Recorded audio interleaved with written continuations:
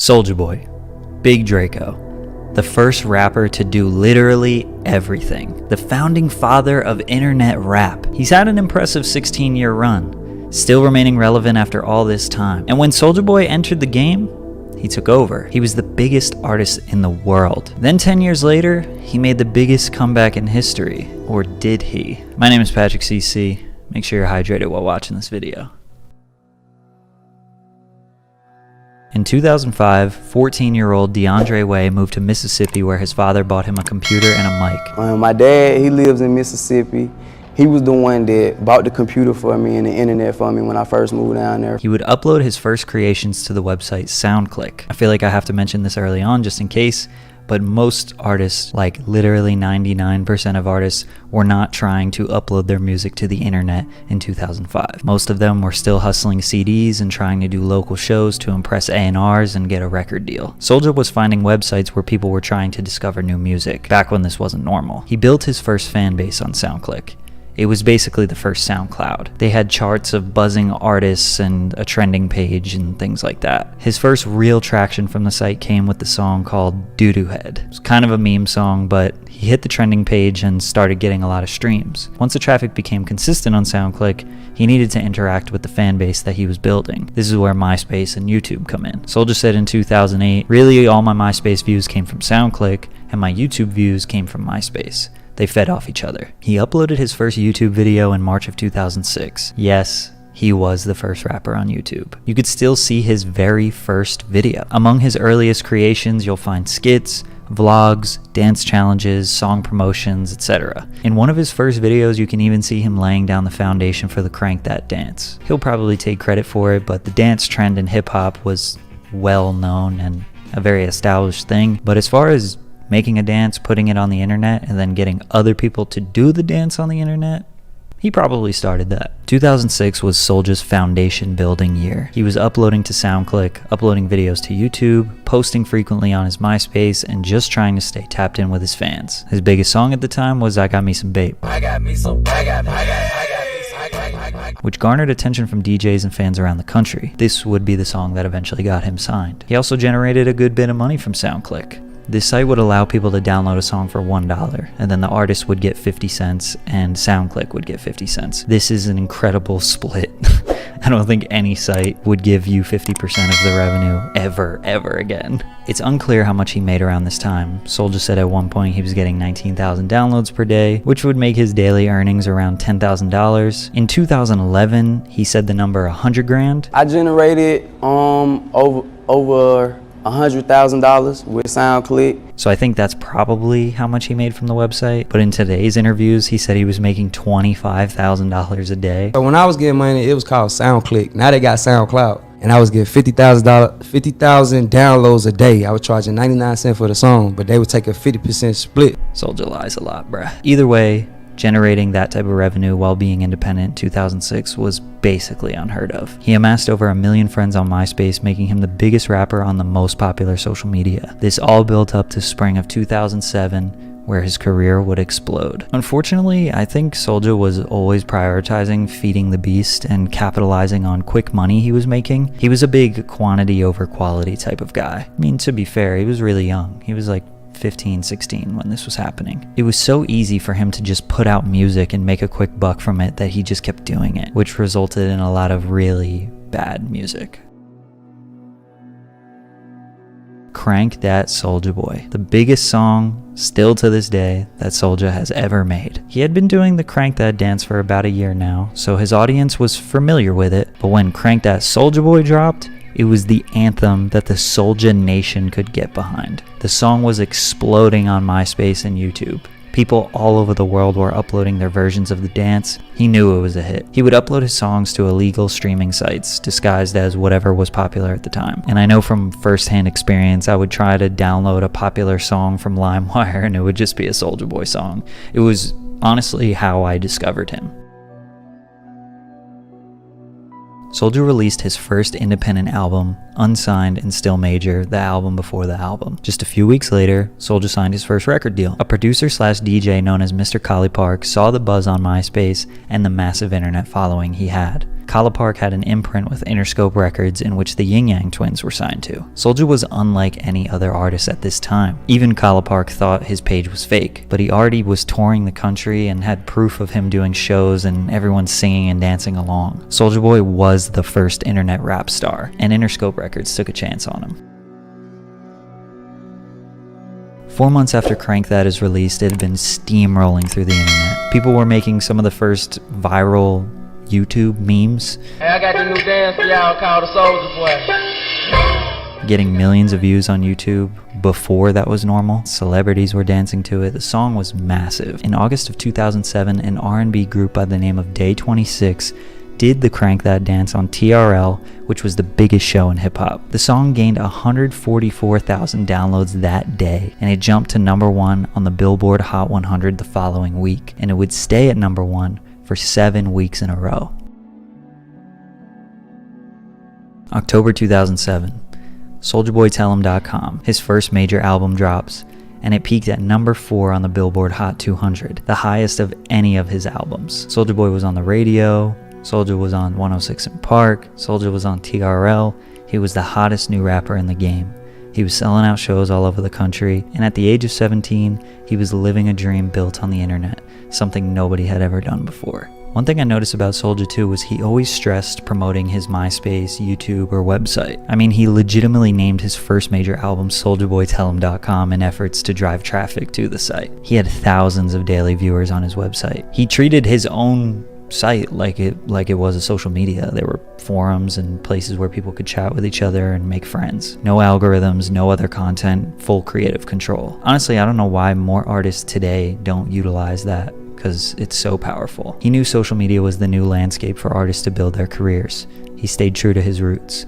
He always prioritized his YouTube channel and staying tapped in with his fans, showing us what his life was like behind the scenes. He also loved video games and would frequently upload videos of him playing them. Yeah, he was the first rapper doing video game content on YouTube. He kept on innovating, trying funny videos, cartoons, vlogs, live show clips, skits, whatever he could do to engage. In 2008, he dropped a bunch of bangers that we all love, including Kiss Me Through the Phone, Birdwalk, and Turn My Swag On. Also, remember the number 678-999-8212? Well, this number was Soulja Boy's promotional number. If you called it or texted it, you would automatically subscribe to Soulja Boy's Say Now account, where he could call or text a mass group of people all at once, whether it was to promote a new record or just say hi. You know, like the thing that every celebrity started doing in 2019. Man, I'm just gonna give out my number. 917-746-1444. Difference is Soulja had 4.9 million subscribers on his Say Now account I got 4.9 million subscribers on my Say Now number. that he could reach with just one text or a voicemail. But then putting it in the song and making it catchy so that everyone would sing along, this is his most genius marketing tactic that he does not get enough credit for. Soulja has now been on top of the game for a year. He had amassed over 230 million YouTube views, something that I haven't even accomplished yet. He had more views than Columbia Records' whole page. Most view of all time. And then you look where I'm at. I'm #5 of all time, motherfucker. Only person in front of me, Universal Music Group, Mondo Media, Chris Brown, and CBS. Crank That was 3 times platinum. He had sold millions of ringtones and was making millions of dollars. He dropped his sophomore album, I Soulja Boy Tell Him. Despite having a lot of success on numerous singles throughout the year, the album peaked at #43 on the Billboard Hot 200. Shortly after this album release, there was a home invasion that led to Soulja allegedly shooting somebody 5 times. I hop out, I start shooting. Bow, bow, bow, bow, bow. This situation is extremely dodgy. There are multiple sides of the story that do not match up at all, and there's literally not even a police report that backs or says that this even happened. But basically, some dudes ran up in Soulja's house and he shot one of the guys 5 times, and that guy's name was Droop. That's the only thing about the story that both sides agree on. We don't know why it happened, we don't necessarily know how it happened, we don't really know any other details. And without police reports or evidence, it's kind of just up in the air. But Soulja was known as a positive, happy, and non-violent artist. None of his music at the time incited violence, and I'm sure people don't really believe or didn't believe at the time that he was about that life, but he was. And it kind of inspired him to put out one of the hardest tracks ever, called Pow, where he talks about the situation at the end of the song. 6 niggas that ran in my crib, AKs and pistols and shit. And he followed this with the song What You Know, which again was some of the hardest rapping and street talk we've ever heard from Soulja Boy.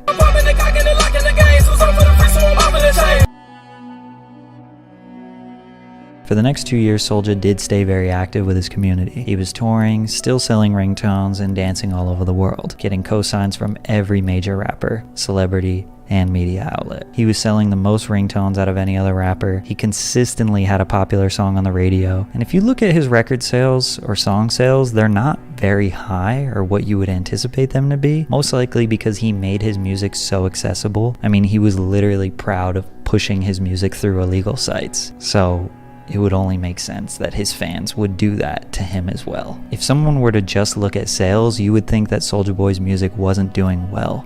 But he was the internet rapper, he was the radio rapper, he was the ringtone rapper. He wasn't the, hey, let me go buy Soulja Boy's album type rapper. Forbes reported that Soulja made $7 million in 2010. This is a nice sum of money.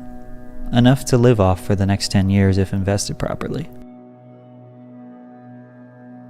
For 2 years, Soulja kept on pushing back his highly anticipated third studio album. He changed the name 3 times, pushed back the release date many times, said Justin Bieber, Lil Wayne, Nicki Minaj, Snoop Dogg, and Chris Brown were going to be on the album. But when it finally dropped, November 30th, 2010, The DeAndre Way, Trey Songz, 50 Cent, and Lil B were the big features. And the album sold about 18,000 first week, and only about 56,000 copies total, making it his lowest performing album. I think the combination of this and the home invasion changed him a little bit. He even claims that he was going to quit music, but his mentor and friend 50 Cent convinced him not to. He did say that he had a falling out with the label that signed him, Kala Park, and that they didn't provide the resources for the DeAndre Way to succeed. He said they didn't agree with the moves he was making with his own label, Stacks on Deck Money Yang, and that was a big part of the turmoil.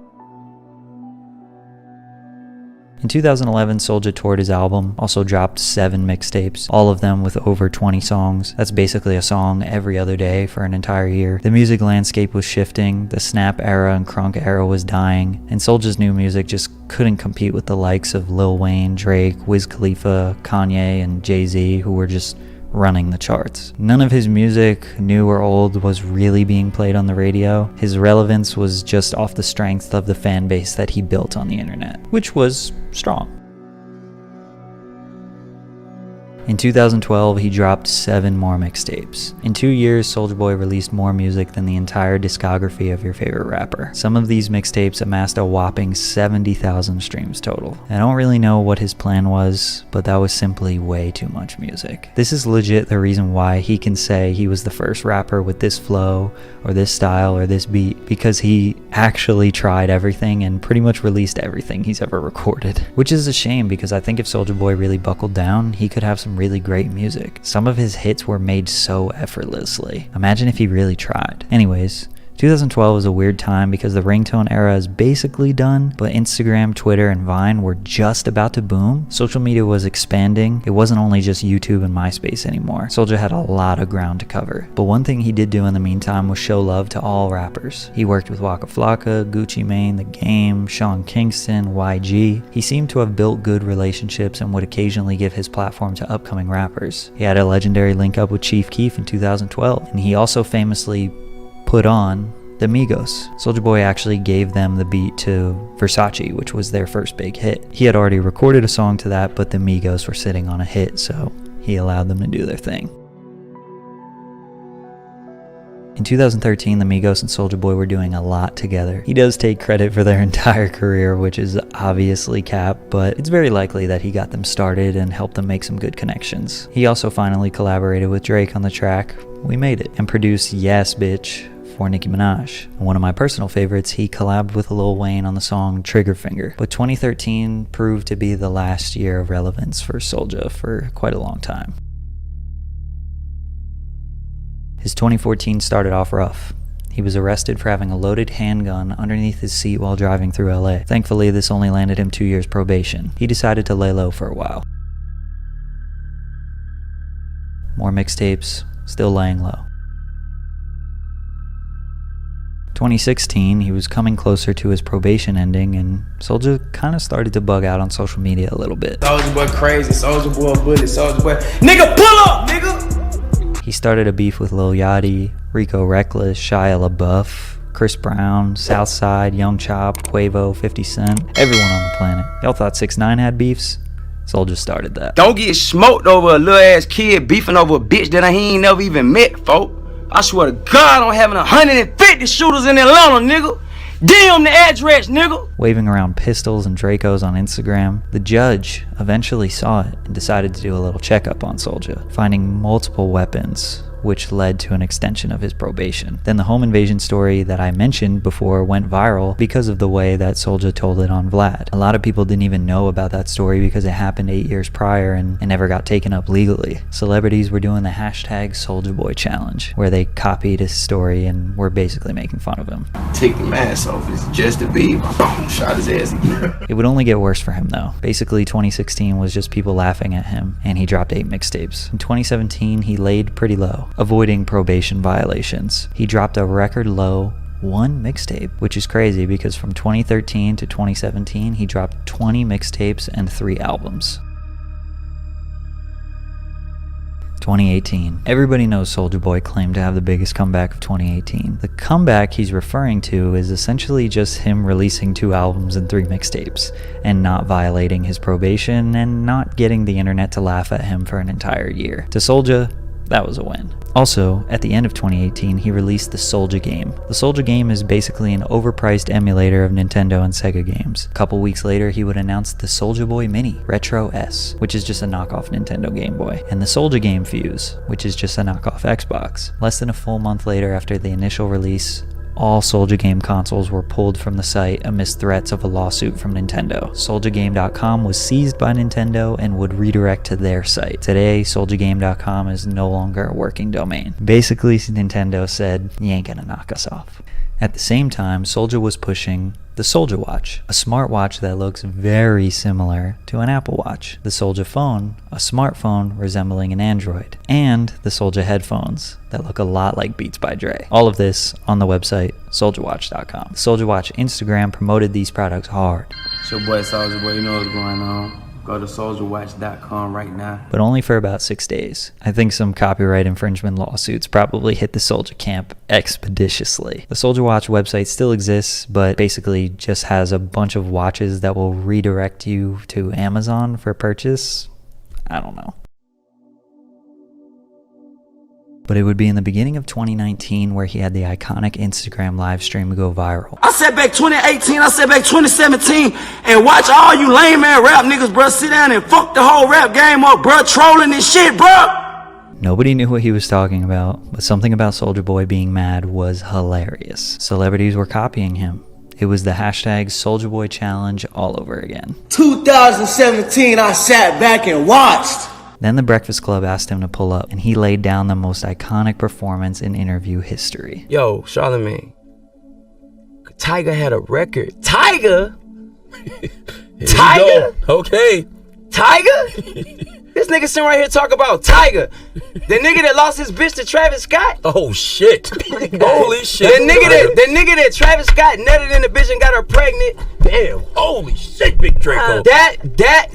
Him? He showed the new generation how much influence he really had. It was almost like the whole internet forgot about how much he really did for the internet rap game. He was charming, likable, and funny as hell. This interview single-handedly made him mainstream relevant again. It's soon to be the biggest Breakfast Club interview in history. So he actually made a comeback by claiming he had the biggest comeback of 2018. But nothing really happened. After this, rappers started giving him his flowers, and Soulja was embracing all the love. He became the internet's favorite meme once again. He played into the meme, but he kind of failed to back it up with any good music. And this would have been the perfect time for it. And unfortunately, amid all of this hype, Soulja Boy got locked up. Again, with all of his hype and new relevance, the judge sent another checkup on him, and they found ammunition in his house, which was a probation violation leading to a jail sentence. He was sentenced to 240 days in the LA County Jail in April of 2019. He did 3 months and got released on good behavior. After he was released, he laid really low for over a year, so his big comeback only lasted a few months.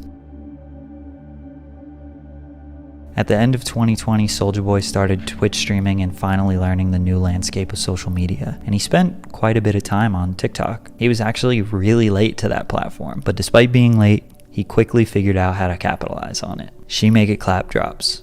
I'm sure you've heard it. Soulja got a hold of the TikTok wave and absolutely took over. On March 15th, he put She Make It Clap on TikTok with a very, very loose idea for a dance, and 15 days later, the app did what it does and made it a mega viral trend. And it had over 400,000 videos to the song, which if you don't know, it's a lot. To this day, it has over 3 million videos on the app. It's huge. And with 31 million Spotify streams and the song going #1 on Triller, makes this song more successful than any song he has put out in the past 6 or 7 years. But in true Soulja fashion, he will rinse the same thing over and over again and saturate his music until people just can't stand it anymore. He followed up this song with a borderline meme track called Rick and Morty. Ricky Morty, yeah. Ricky Morty, yeah. Ricky Morty. Which actually is having some decent success. Now he's pushing his new track called B.o.B. It's incredible how Soulja has been able to stay relevant after all this time. And I do genuinely believe that Soulja has some hits in him. I would love to see him have a second run in the mainstream, but he's gonna need a songwriter or something to help him. Either way, he's a true pioneer of the internet rap game. I respect his willingness to try anything and his ability to beat the odds and overcome adversity time and time again.